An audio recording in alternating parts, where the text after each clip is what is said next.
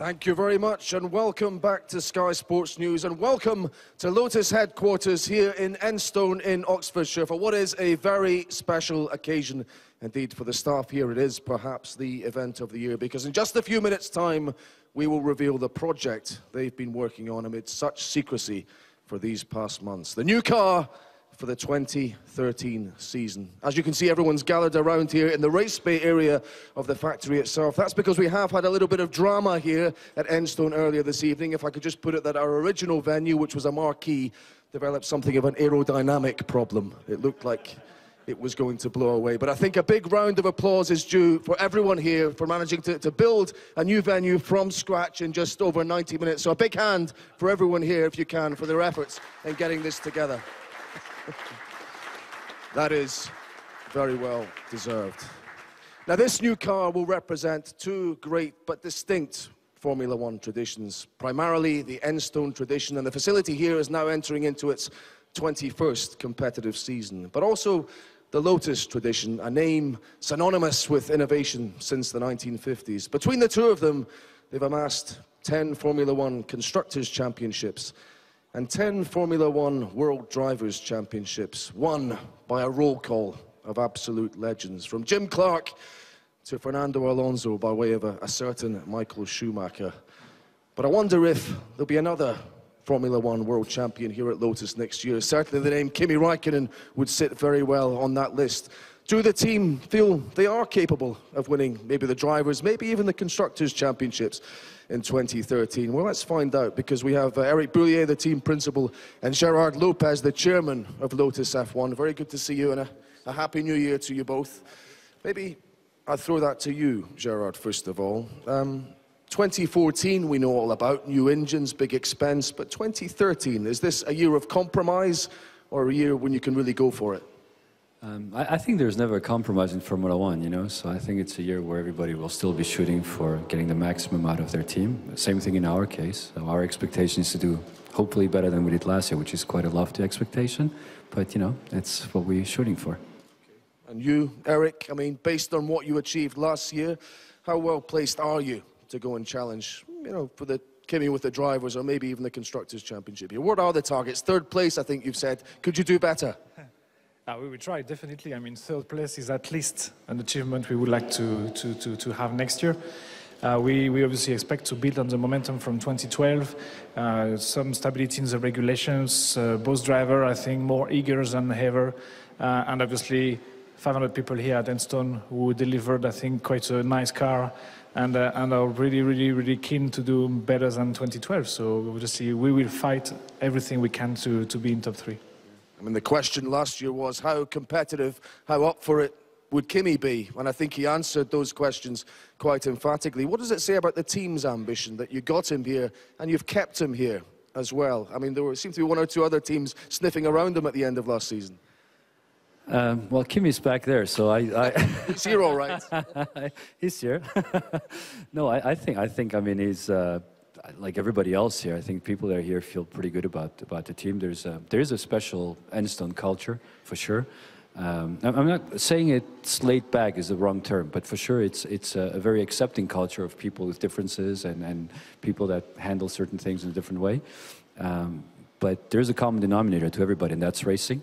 And whether it's Kimi, whether it's Romain, whether it's anybody else here, you know, as long as that common denominator is respected, you know, the rest is sort of noise, and that's what we care about. Okay. A word about Romain, Eric, because you kept faith in him when he had some tough times last season. What are your expectations for him in 2013?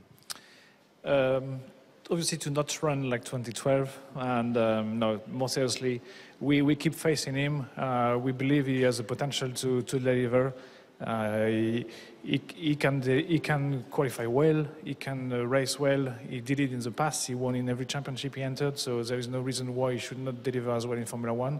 And obviously, as a team partner, we have to race for a team, and we want to deliver this year a top 3 position, so we need both driver and obviously Romain to bring as much as possible some big points. Thank you very much, gentlemen. Fighting talk from Gerard and Eric. But of course, we're here to see this new car, not just to talk about it. So let's lead into that with the man whose vision it has been, the man who's taken it from the drawing board to reality here. It's the technical director at Lotus, James Allison. You're first to launch. What does that mean? Does that mean you've been on top of this project from the beginning, or you haven't done very much to last year's car?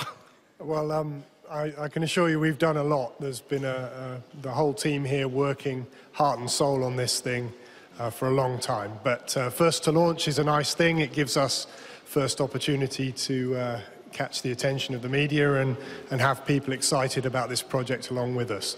But no, there's a lot gone into it, and it's going to be an exciting car. Is there a big idea under here, James, or are we looking at lots of little refinements? Is it an evolution, effectively, from last season?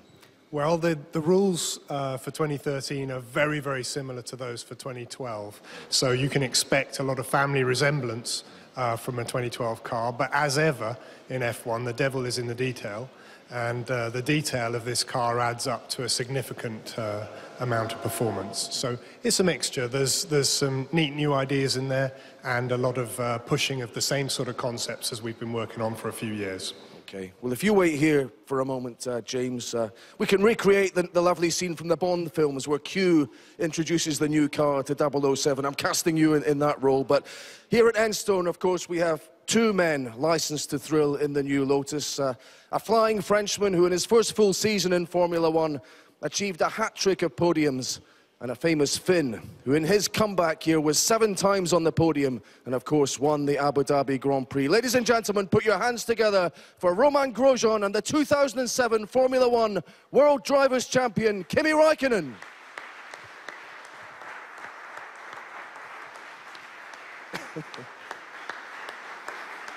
Thank you, gents. Happy New Year to you, Kimi. So here we are. It's always an exciting moment for you both. I'll come to you first, Roman. I mean, do you think what's under here is going to enable you to get that maiden victory? Well, we'll see. As everybody tells, we did our best, or the team did our best to improve from last year. I think we had a beautiful car last year to drive. Really nice. Kimi won a race. We had some podiums, so everybody wants more, and that's what we're going to try to achieve. Okay. I mean, Kimi, with, as James said, maybe most cars this year being an evolution from what we had last year, are there reasons for optimism with what you've got here? Oh, yeah, of course there is, but it's not going to be easy to improve what we did already last year, but that's our aim, to do better, not just for the drivers, but for the team also, and hopefully we can do it. Okay. Well, Kimi, I'm getting a voice in my ear saying, get on with the launch. So I think I'll borrow your catchphrase and say, leave me alone, I know what I'm doing. But no, the voice is quite right. Now is the moment to reveal the new Lotus for 2013. So if I could ask you, Kimi and Roman, if you would withdraw the covers. Ladies and gentlemen, we're about to see if we have got potentially a championship-winning car. Please give it up for the new Lotus, the E21.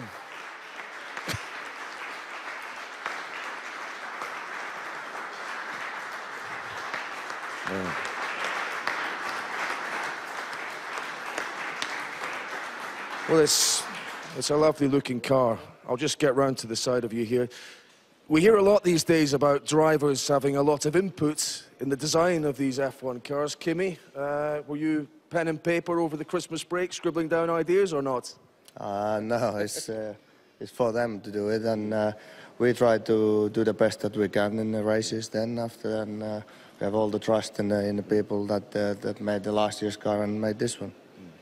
What's the main improvement you're perhaps looking for?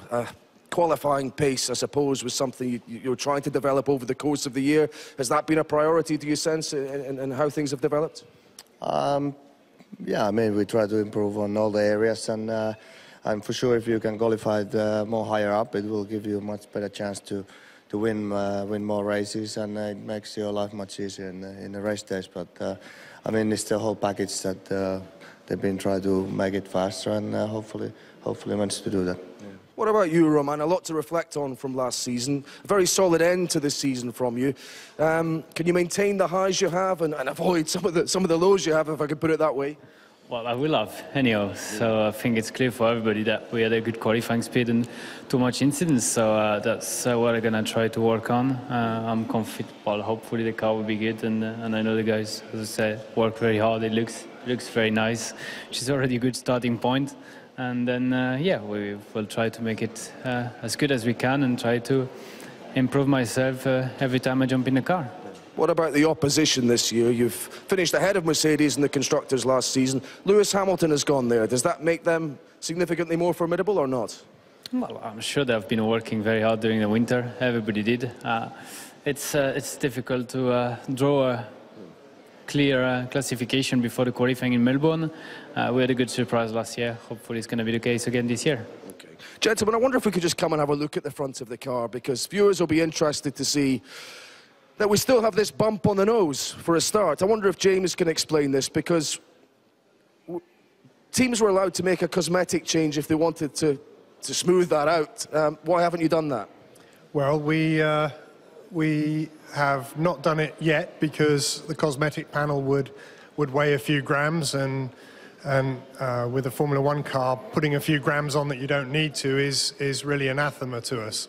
However, if we find a cosmetic panel that looks nice, but much more importantly and crucially develops us a bit of downforce, then we'll pop it on quick as you like.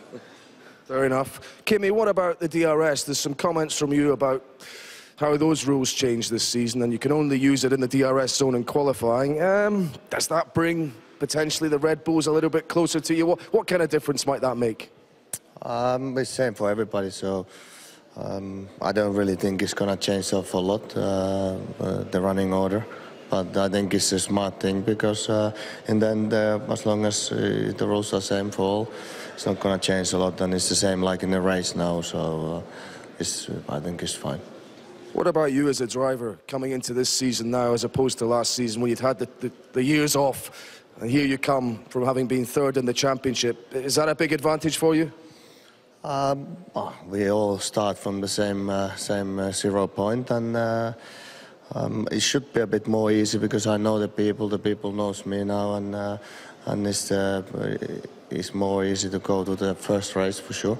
So, but it doesn't mean that it's going to give us a better result. Hopefully it will, and that's what we're aiming for. What about Lewis? I'll ask Roman, moving to Mercedes. Does that make McLaren a little bit less formidable or not? Hopefully, yes. But I don't know. You don't know how good cars the others will do and how good car ours is. And we will have to wait and see in the testing and then go from there. But I think it will be interesting to see what happens. Just one last thought with you. If you didn't believe this team were capable of winning the championship or giving you a chance to win the Drivers' Championship, would you have stayed here?